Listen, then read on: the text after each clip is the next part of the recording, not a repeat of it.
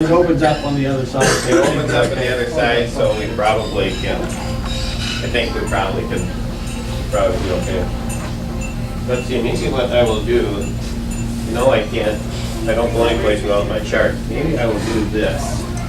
We were expecting your granddaughter. We didn't think you. What can I say? She wasn't feeling well. Yeah, she wasn't feeling well. So, but we are taping 2 more TV ads tomorrow. And so she is primed for that. But let me start a little bit on the informal side. And first let me mention that a lot of you have seen this debt chart, which is on our literature. It's on our website. And when I travel in district, this goes with me. And the chart and I are pretty well married at the hip. But anyway, when we talk about any federal spending, we have to do it from the backdrop of this debt. Because obviously this is a huge factor in how we're able to proceed. And just to illustrate that a little bit, I think you know that we just passed the 16 trillion mark within the last couple of days in terms of the debt. That is extraordinarily serious on a number of points. Let me just mention 2. The first being that this debt represents extraordinary financial mismanagement on the part of the federal government. And I can't emphasize that enough. And I often refer to this as Banana Republic type management. And that is not an exaggeration. Just in terms of how serious this debt is. No, go right ahead. And I'm just going to keep, because we're informal here anyway.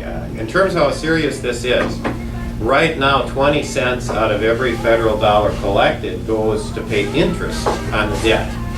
And in 2 more years, 2014, it looks like that's going to be 25 cents out of every dollar that's going to go to pay interest on the debt. And obviously, we are extraordinarily constrained by what we can do when 1/4 of what we collect is going for interest. And this isn't capital expenditure interest, this is operating interest. So it's essentially wasted money. If it was capital expenditure interest, that would be another matter, but that's not what it is. So the debt is in the background. Also in the background is the picture described on this chart, which compares the growth in the federal spending since 1970 to the growth in personal income. And this only goes up to 2008. If we took this up to the present, the chart on federal spending would be off the chart, the line would be off the chart, and the personal income growth would be down to 28% because we've lost 4% in the last 4 years. You put all this together, federal spending has grown 12 times faster than personal income. And this is obviously not sustainable. And when I talk about the farm program, which I will in a minute, it's obvious, or the farm bill makes the debt worse and also makes this trend worse. So this is important because it helps us understand why the economy can't get going. Why is the recovery, if you can call it that, so anemic? It's because we have way too much overhead in the private sector. And again, to put some numbers out there, in 2002, approximately 18% of the gross domestic product consisted in federal spending. Today, we're up to 24%. And that added 6% is really all overhead on the private sector. So we have to shrink government, we have to downsize government, we have to reduce the load, we have to roll back regulations, but we have to free up the engine of private enterprise. So that's all in the background of the comments that I intend to make on the proposed farm bill. But before I go to my prepared remarks, I want to mention one more thing. When the citizens elect someone to represent them in Congress, they want that person to represent the best interests of the district, obviously. But they're also hiring this person to be a good financial manager for the country. And that is an obligation that I take very seriously. And unfortunately, we don't often talk about the importance of good overall financial management. But that is part of the job of the elected congressman. This is extraordinarily bad management. The other chart says the same thing. I'm going to explain why the proposed farm bill is extraordinarily bad financial management.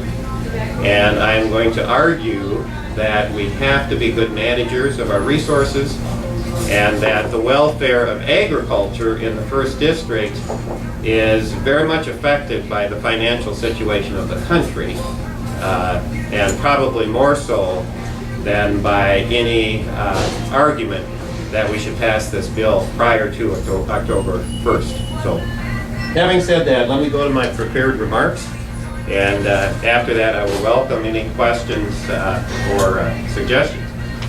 So my overall theme is to make the case that the farm bill, quote-unquote farm bill, needs to be sent back to committee to be repaired.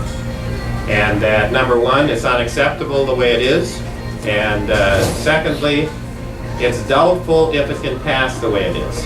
Now, I say doubtful, I of course don't know for sure. In politics, nothing, or very little, is certain.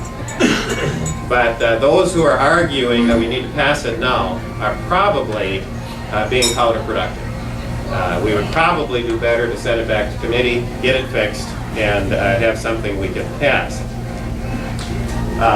So, I also believe that the public has a right to know that 80% of the so-called farm bill, 80% of the expenditures is for food stamps, not for farmers.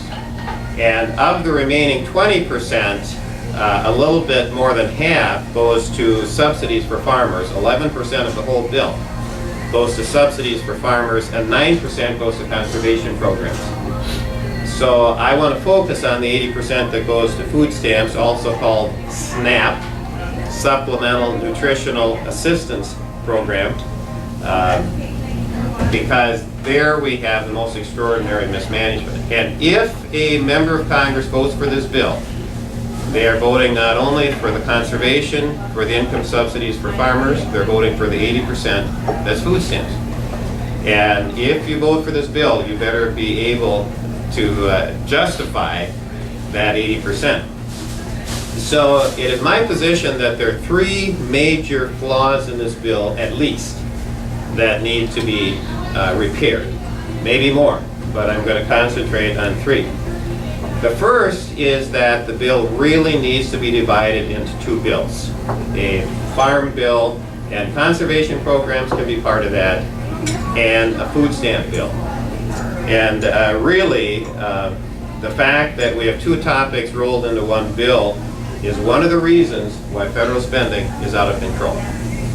And it makes it more difficult to evaluate the merits of any particular bill when they are combined for political purposes, not good management purposes. Good management requires that we have two bills. The second change that needs to be made is that the eligibility requirements for food stamps need to be revised so that married people and couples who are cohabiting are treated equally, which is not the case now. It is easier to qualify for food stamps if you live together unmarried than if you get married. And it is my position that people should not be penalized for getting married.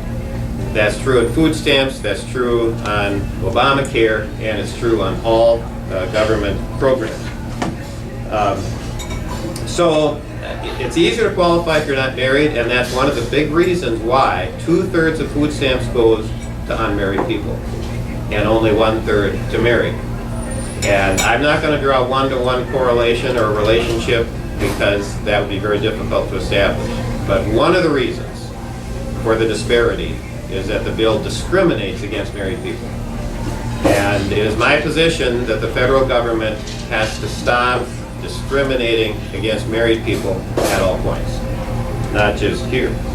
So the biggest problem with the bill is that it is financially has an unacceptable level of spending. The price tag, $1.5 trillion over the next 5 years.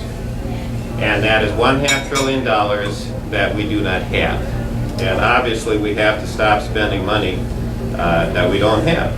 So it's spending that balloons the national debt, that increases the size of the government relative to the private sector. And I simply ask the question, when will Washington stop spending money it does not have?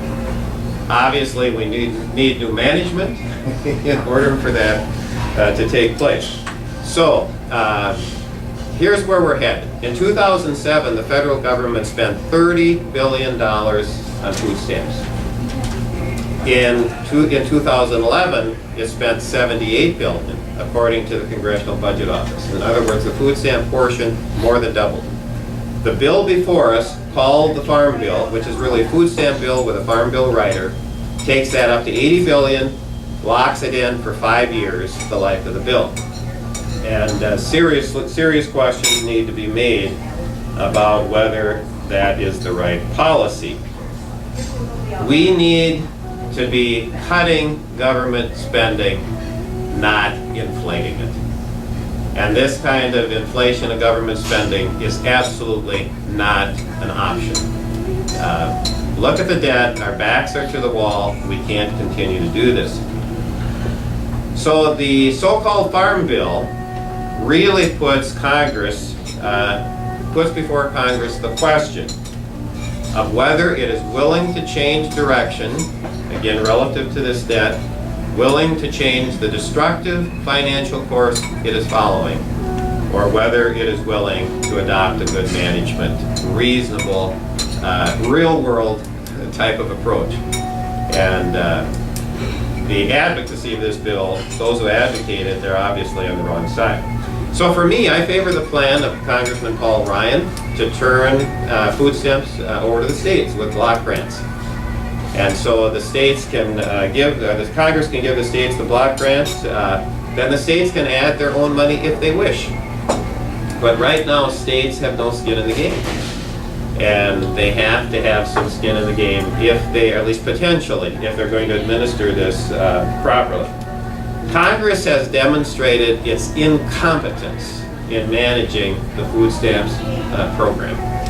And states, I'm convinced, can do better, especially when they will have an incentive to control costs.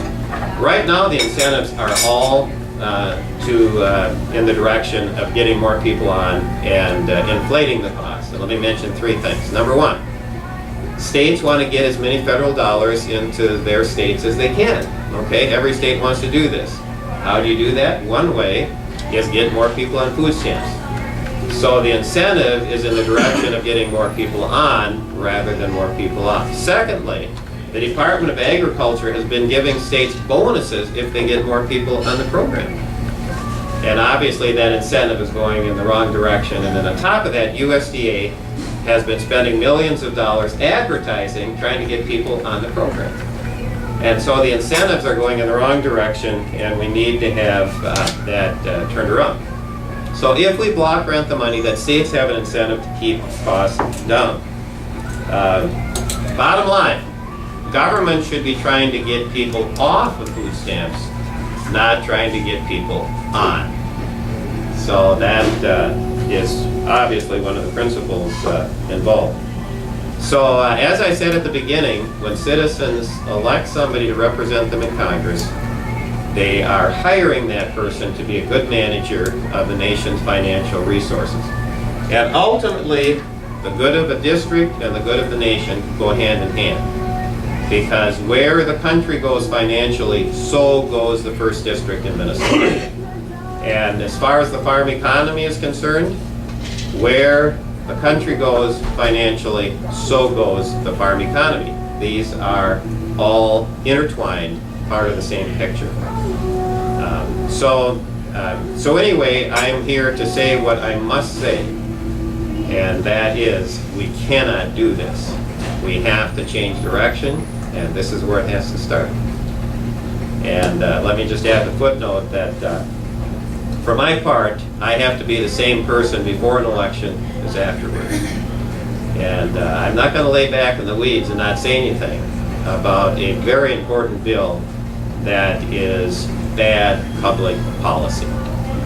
So I think the public